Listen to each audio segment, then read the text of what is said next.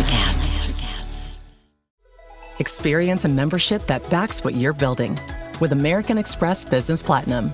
Get 2 times membership rewards points per dollar on eligible purchases in key business categories, as well as on each eligible purchase of $5,000 or more, on up to $2 million in eligible purchases per calendar year. American Express Business Platinum. There's nothing like it. Terms apply. Learn more at americanexpress.com/business-platinum. Your planet is now marked for death. Marvel Studios' The Fantastic Four: First Steps is now streaming on Disney+. We will protect you. As a family. Light him up, Johnny! Marvel's first family is certified fresh on Rotten Tomatoes. That is fantastic. And critics say it's one of the best superhero movies of all time. Oh! Marvel Studios' The Fantastic Four: First Steps, now streaming on Disney+. Rated PG-13. What time is it, Ben? It's clobber time! Hold on to your butts. We are changing the course of history as we see it. That is what Western demands. Now this affects Iris. Iris, where are you? What you feel only matters to you. I do not entertain hypotheticals. The world as it is vexing enough. Iris, I have a tip for you. Don't take drugs! Or Whatever Movies with Wesley and Iris.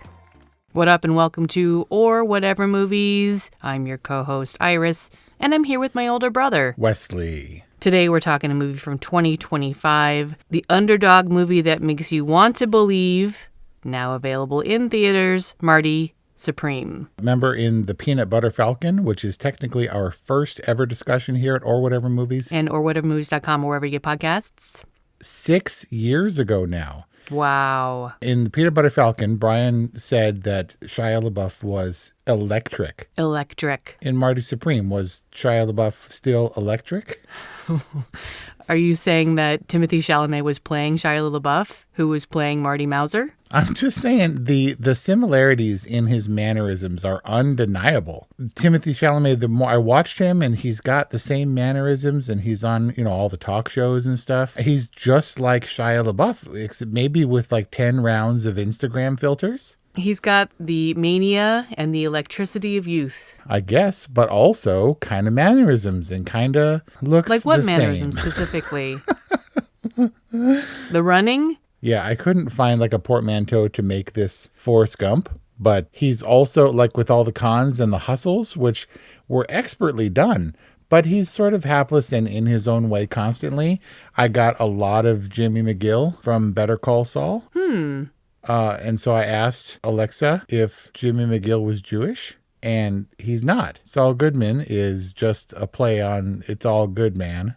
Yeah. And that's a lawyer stereotype, but he isn't Jewish. Okay.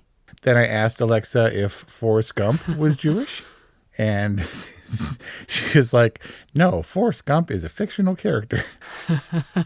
So today's proke is that a proke? Marty Mauser is Jewish, and he's based on Marty, what's his name? You're the expert. Marty Reisman. He was Jewish. As is Timothy Chalamet. Okay. As is whichever Safdie directed this movie. The good Josh. one. We'll call him Good Safdie. Wow. Yep. Wow. We haven't even discussed The Smashing Machine. Nope. But we know which one is the good Cohen. Now we know which one is the good Safdie. Wow. Interesting. So you don't credit Benny Safdie with Uncut Gems, our discussion for which is available at orwhatevermovies.com or wherever you get podcasts? Apparently not, because Marty Supreme was so Uncut Gems. So you want to finish this Jewish thread before we move on? I'm just asking if it's a proke, because I don't know. Is this Forrest Gump told by a Jewish New Yorker? Like, you can't ask if the proke is a proke. Okay. That's very meta. And I guess the question I would ask you in response is, does it really matter if Marty Reisman or Marty Mauser are Jewish? I just got such a Shia vibe.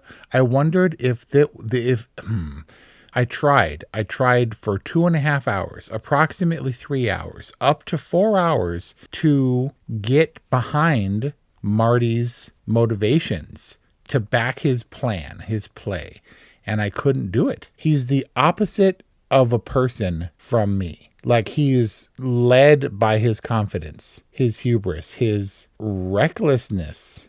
It was hard to like him. Like, I would not want to hang out with that dude for a second.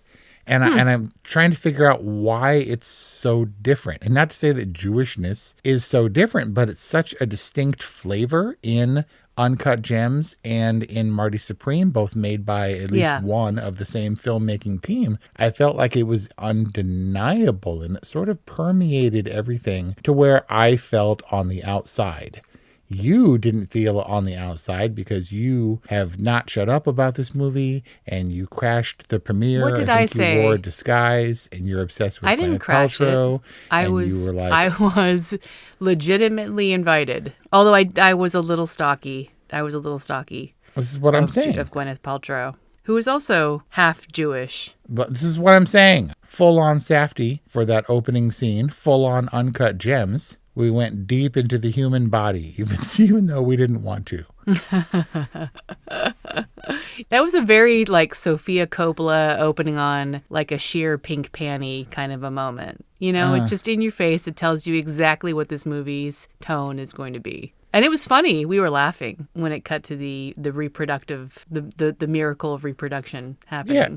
And so I think that opening scene represents Marty. Obviously, it's Marty's sperm.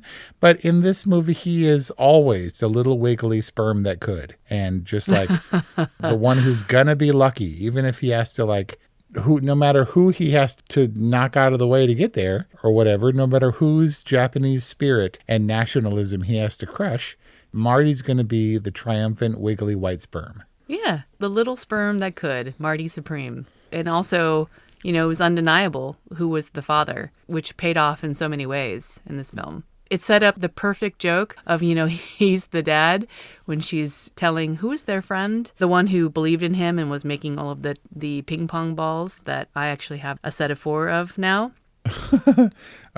Poor man's Josh Gad. When she was telling Dion and she's like, Dion, you know, he's the father. And then Dion gives that perfectly timed, expertly acted out look like, what? I thought you were his sister. Okay. And then Timothée Chalamet gets to do his, like, Oscar bait moment at the end. Again, I was so apart from Marty at that point that more than anything, I was just worried about the kid. Like, that kid's going to just be doing his thing. Yeah, living his normal life. And then his bulldozer of a father was going to steer him like Shia LaBeouf in Honey Boy. I worry for that kid, man. Huh. He wasn't particularly kind to any of the people in his life. I sympathize for Marty Mauser. I think that he's a person who has a deep love and loyalty to the people in his life.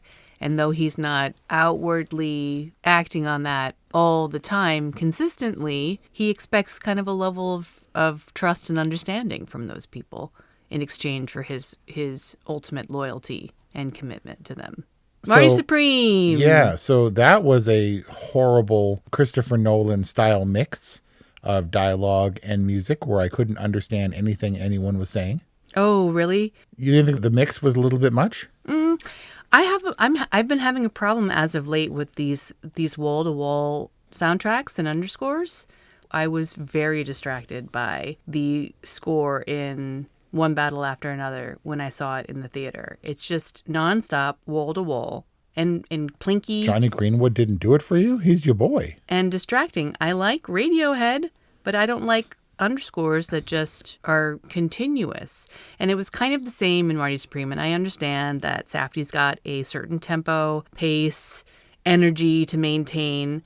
You know, Daniel, is it Lopatin, was doing what he needed to do, but geesh. Is that pace a full-on sprint? It was nonstop for like, how long was this movie? So nonstop. And unfortunately, this movie is, for me, in this discussion, is never going to get out from under the shadow of Uncut Gems, which was manically paced and so hectic. I don't think it's going to be able to get away from that movie, which had a terrible soundtrack. Oh, remember that electronic burbling nonsense?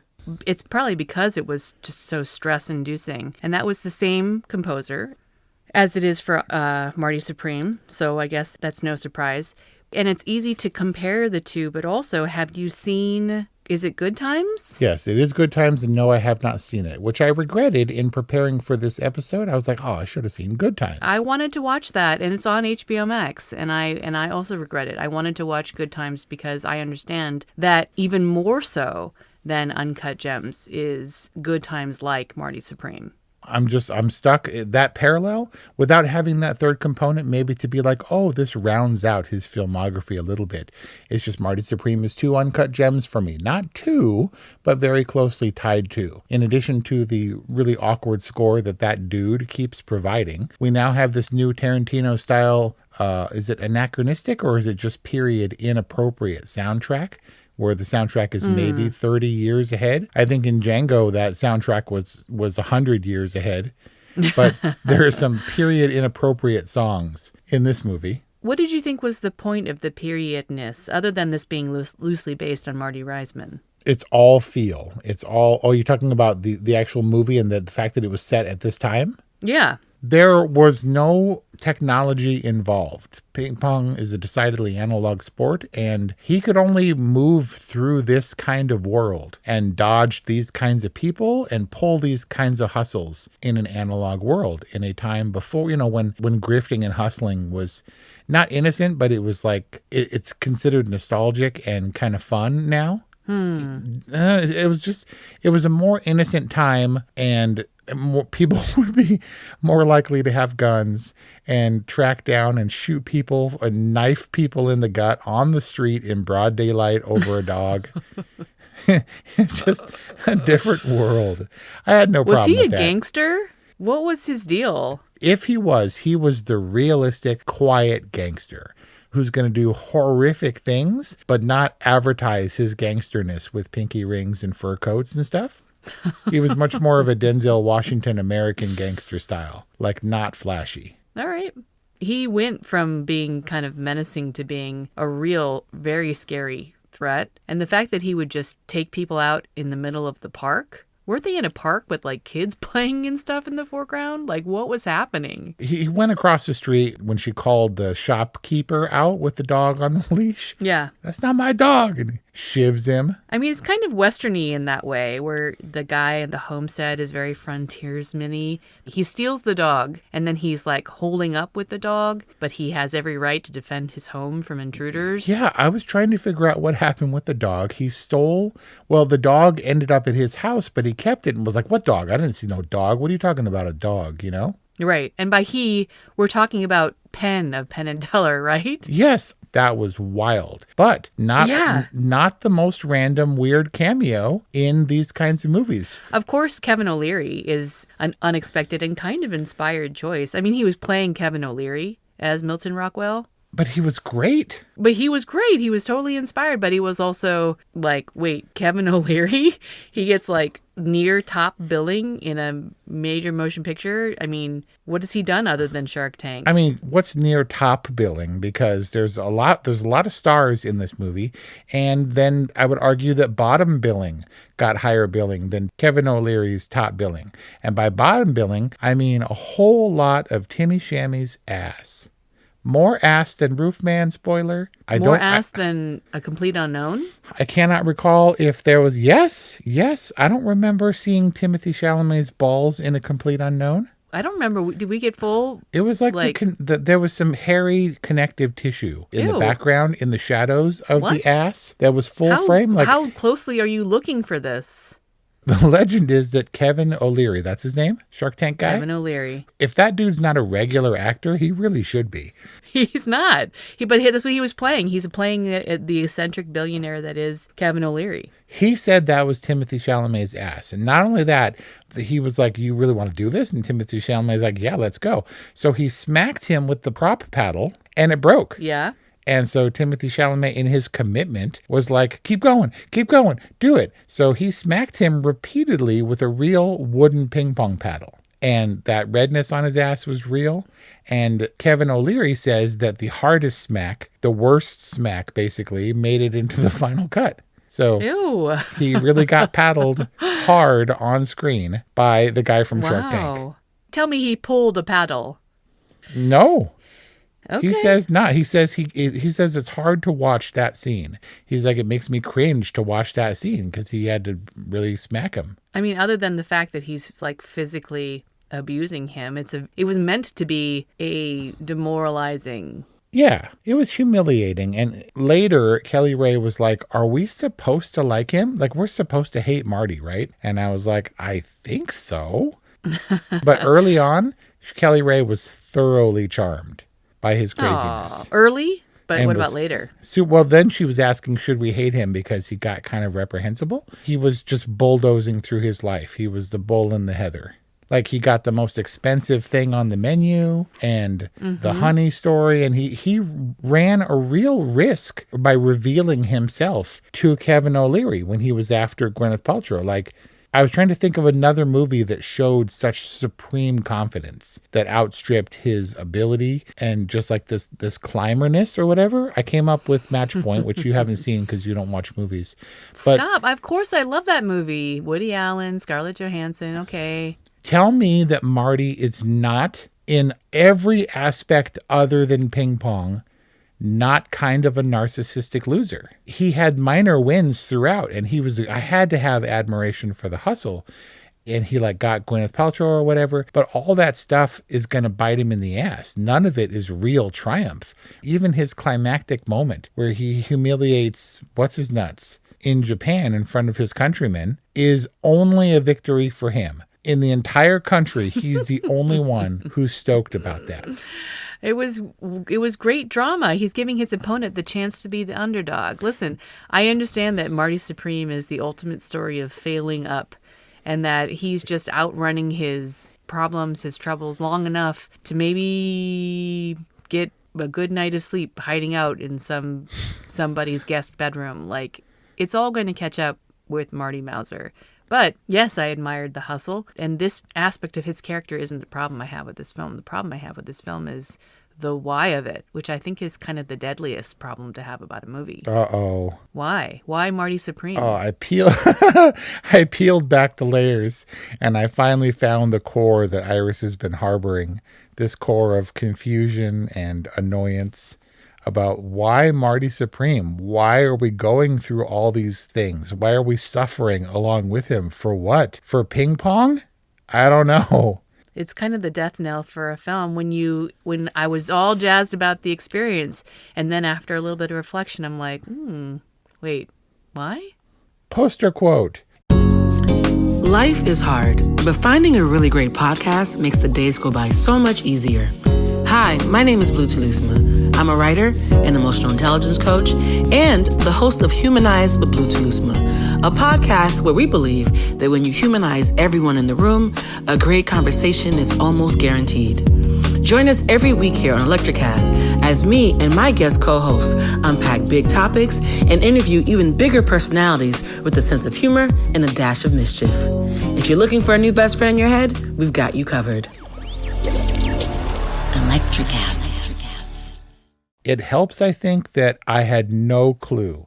Zero clue, not a trailer, nothing, except you wouldn't shut up about Marty Supreme. And I was like, okay, I'll watch Marty Supreme. I'm ready. And you're like, oh, I'll be out of town for a few days. Who wasn't excited about Marty Supreme? Who wasn't? I wasn't. I didn't know anything about it. You knew at least the Safdie rivalry. Why aren't they making films together? I don't know. They have a thing where they get a little head of steam and a little bit of success, and they figure that it's who's the good one? Who's Simon and who's Garfunkel? And they both try, and one invariably comes out on top. I don't know. They're going to try to do the best that they can, and unfortunately, they stacked together in the same year, and the results were undeniable. So anyway, maybe... So we're not covering The Smashing Machine, and I'm guessing that it wasn't a hit for you. Well, it wasn't a hit. It was bottom basement, the lowest of The Rock's film career. And he talked about it nonstop. It's got Emily Blunt, who's no stranger to very high profile, very expensive failures. The Fall Guy. You talked about the experience of Marty Supreme being kind of what kept us in it. Like I was propelled along. I was never bored by Marty Supreme. And it wasn't about the payoff. It wasn't about the why. It can't be. I hope it's not about it. But it was about the human experience of what it means to be Marty, which is so not me. And maybe there's a part of me that wishes I could be some scrawny kid who isn't afraid to walk up to the dude whose wife I'm sleeping with and ask for money. He prostrates himself so quickly and like supposedly takes his lumps, but there's no repentance. There's no humility in it. He's just doing what he needs to do because it's part of the hustle to get him to the next level. I was shocked by the arrogance, the audacity that he would take tools to the pyramid and chip off a block. I was like, you son of a bitch. And then I was like, oh shit, can I do that? Like I do have granite rocks from Yosemite, but I'll leave instructions to have them returned upon my death, which in the words of Timothy Chalamet's Bob Dylan will come soon. I'm assuming. I want a pyramid rock. I want a moon rock. But he just, oh man, he and Bubba, what was Bubba's name? Tyler, the Creator. Yeah. Who is also really good. You can't just say, you can't call him that. Why can't I call him Tyler, that? the Creator? The people I went to the premiere of Marty Supreme with were more excited to see Tyler, the Creator than anybody else. And he was good. I didn't know who he was. I didn't know that it was Tyler, the Creator until after the fact. And he's a big deal. So is Odessa Azion. Azion? Okay. Okay, anyway. I Live LA. People talk. You haven't seen it because you don't watch TV. Wow. These dudes, they're both smart. They were great at the hustle. They had been doing it for a long time. This is another Better Call Saul, Jimmy McGill, Saul Goodman parallel. Oh man, they're all dancing in the car and celebrating. And you're waiting. You're just like, oh my God, one of you get back in the car. You're going to crash that car. Please. They were their own trip hazards in their own life, like nonstop. Don't you think the only explanation for the other kind of soft Saul Goodman parallel was the bathtub? Like the universe is against Marty, right? He has a very specific universe that he lives in where that's not out of the where the bathtub falling through the ceiling into the other bathtub is not out of the question. Yeah, it's good Safdie's universe, right? That's the genesis of the dog storyline too, right? Yeah, crushing the guy was like, nice. He was like, yeah, get yourself something nice, kid, with the bag of money. Take my dog and get it to the vet. You know, I'm not sure if that's the right accent. Forest Mouse. That's pretty good. Forest Mouse? Is this Marty Mouse? Marty Mouser, yeah. Can we talk about Gwyneth Paltrow, please? I suppose. Go for it. First acting role in 6 years. Her first non-Marvel role in like 20 years or something. Josh Safdie introduced her as the iconic, the timeless, the classic Gwyneth Paltrow. Yes. And that's exactly what she plays in the Keystone character, albeit aging. And is her crying behind the door indicative that the New York Times did not like her performance? Yeah, I believe so. Did she get a bad review? Is that what that was about? She was riding high on her own Marty's level of confidence and feeling this like resurgence of herself. She had regained her identity in going back to acting, and then it all crashed around her head. Like I fully expected at every turn, spoiler, I fully expected Marty to get shot in the face. I was like, oh, that dog dude is going to shoot him in the face before he gets a chance to make it back to Japan.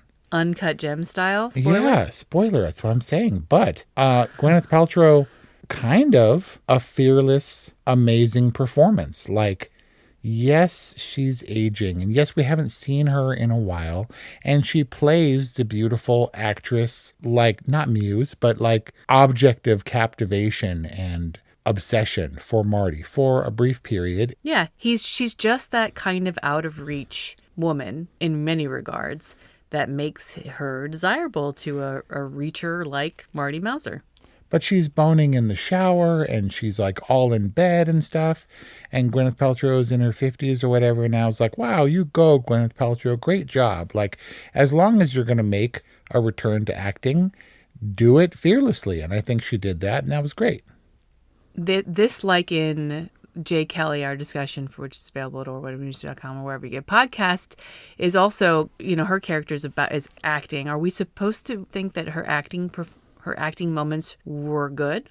Oh, no. About the acting itself? No, I don't care. I don't necessarily think it's about that. And no, because the movie quickly shut that down. She knew more behind the scenes, but maybe she wasn't that great of an actress because it wasn't a huge surprise. I was like, oh, that's not going to go well. When he goes to see her and like, oh, she's all excited about the review coming in. And I was like, oh, no. You really have a problem when people are unfaithful in films. Did you not despise the Keystone character for what she was doing behind the back of Kevin O'Leary? No, I could put it squarely on Marty and be like, you're a douche. I couldn't really fault any of the characters. Maybe a little bit inconsistent. Is the misplaced confidence contagious? Because Kay had a lot of that. Do they all have it? Rachel had that. Why would Rachel... Aren't they all hustlers? But was she? Because she was the shrinking kind of hurt girlfriend, and then all of a sudden she was Kim Wexler and was hustling. Oh, and had the makeup. She had. Saul Goodman reference.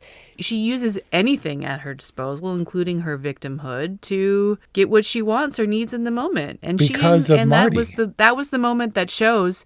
Well, because of Marty, and maybe because they grew up together ostensibly, but they're both two sides of the same coin. Yeah, I suppose they would have to be. Hopefully that'll work out parenting style, where they will round out good parenting in one way or another, by hustle or by dedication or confidence. I think what gets under my skin is this discordant thing that's going on between these supremely confident seeming characters who are all kind of cowards and unwilling to just speak up for what it is that they want or to own up to their actions. It's just, I think it's weird and discordant and hard, and that's what feels uncomfortable to wrap my head around when I'm facing Marty Supreme. I don't know that Marty was cowardly. Remember when he knocked on was it Irv, the husband? He knocked on the husband's door, and the husband was like, who is it? And he's like, it's Marty. And he announced his presence after the wife showed up with a black eye, supposedly. True. And then the husband opened the door. Why would he open the door? Marty was supremely confident he could beat that dude down. He understood his position. Well, he had the element of surprise. He was like, everything in my life is falling apart, but I'm going to figure it out. And I'm like, how do you know that? It's like ambition and confidence is leading him on a chain. He can't fail. Even if he fails, he can't fail. He took his defeat pretty well and still insisted. He took his ban from the Ping Pong Association or whatever really well. And the dude was like, you have wasted your time by coming here. And he's like, I'm going to play it. I thought it was going to be, he was going to force the commissioner dude's hand. And like, look, if I beat the dude, then the public will demand a rematch and I'll have to be invited back. You know, it wasn't that. It was supremely out of control. Marty Supremely Out of Control is what this movie should have been called. It's all unfocused and I have no idea where we're going. They don't know where we're going. He's like, I should be working on my game right now, but instead I'm in a used car lot making prank phone calls. And I'm like, yeah, you should be working on your game. This seems to be just trying to root out what makes Marty Supreme so supremely uncomfortable. One of my problems with if we want to talk plot, I would say it makes Marty really unlikable that the thing that he has to overcome, this debt that he owes to the tennis association or whatever, was entirely his debt and his fault. Like if he hadn't have gone and lived it up at that hotel, he wouldn't have had the basically what was the main obstacle in the film. Yeah, it was trying to make the money for. But it was of his own doing. This is hubris personified or objectified. He's his own enemy and he's his own hero. Is this the Safdie injected fatal flaw? Like these are all good characters, but they have the fatal flaw. Like why would she tell Ira that the baby isn't his? That wasn't prompted. Why would she volunteer this? It's like the misplaced confidence. It was an epidemic. and the story, like maybe even in a Safdie kind of way, it just was like, I'm going there. And I was like, what are we, like the cops and Kay's necklace. And it was like an impossible flow of consciousness that this movie took us on along for the ride, and it's like at breakneck speed, and the car doesn't have a driver, and everybody, all the filmmakers are dancing outside the car and singing and stuff, and nobody has their hand on the wheel. Those cops, they actually kept her secret. They took the bribe of the necklace. Oh, yeah. The guys, she was like, he's like, oh, that's a nice necklace. And she's like, take it, keep it, it's yours. Yeah. That's what turned the cop's head. The much more risky than cash that she was going to give them, the jeweled necklace that she couldn't cry theft from corrupt, dirty cops. Maybe that was why this was the time period. They've got a ready fence. They would have hawked that thing before she had a chance to file a complaint. Plus, Kay wanted to do whatever she could to stay out of the attention. I don't think anyone at that time had cell phones to capture her being handcuffed in the park or whatever, but she just wanted to avoid the attention. What was a necklace to her? I thought you were referring to the other cop scene, which was better. And I thought kind of indicative of the movie and how no one really says what they mean. Yeah, and he's playing all noble and high and mighty. And he's freshly out of the shower, but the cop is also being paid off, and he ultimately does what the uncle says.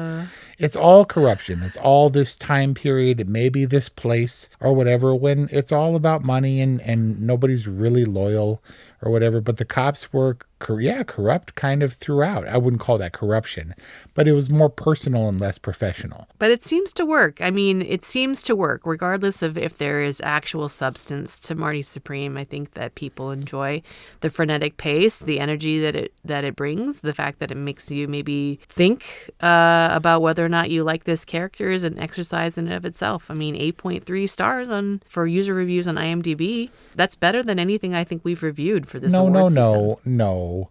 Read the comment blurbs. 9 stars. New problematic role model for young men just dropped. Right.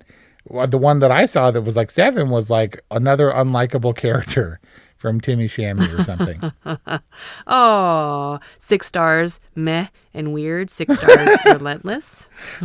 Wait, I was laughing. Meh and weird, which is perfectly succinct. And what was the rest? Same 6 stars, relentless, like Uncut Gems and apparently Good Times.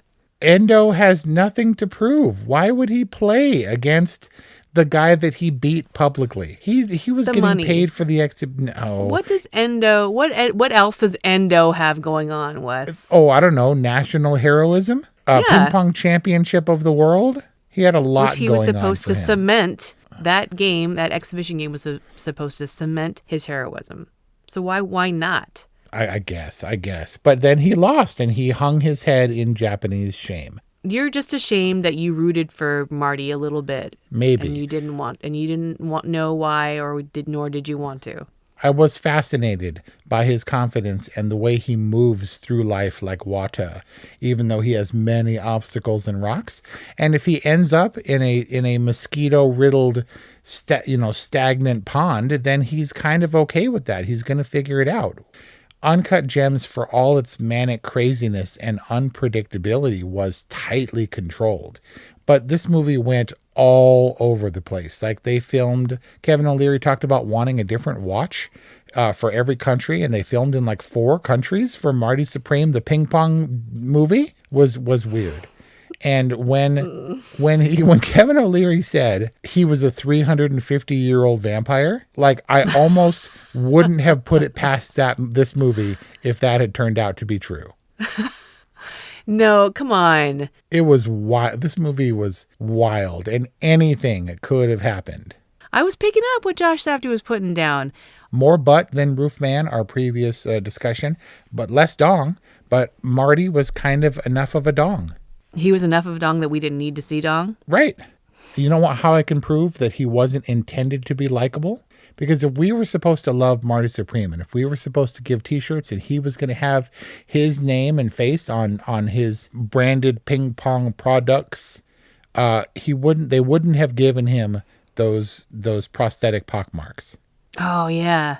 They would have kept him. They would have kept him pretty, and we weren't going with Marty Reisman as much with that little crappy mustache or whatever and the pockmarks, and it would have been different. But he was meant to be mousy and slick and dirty and yet more polished than Shia LaBeouf could have done.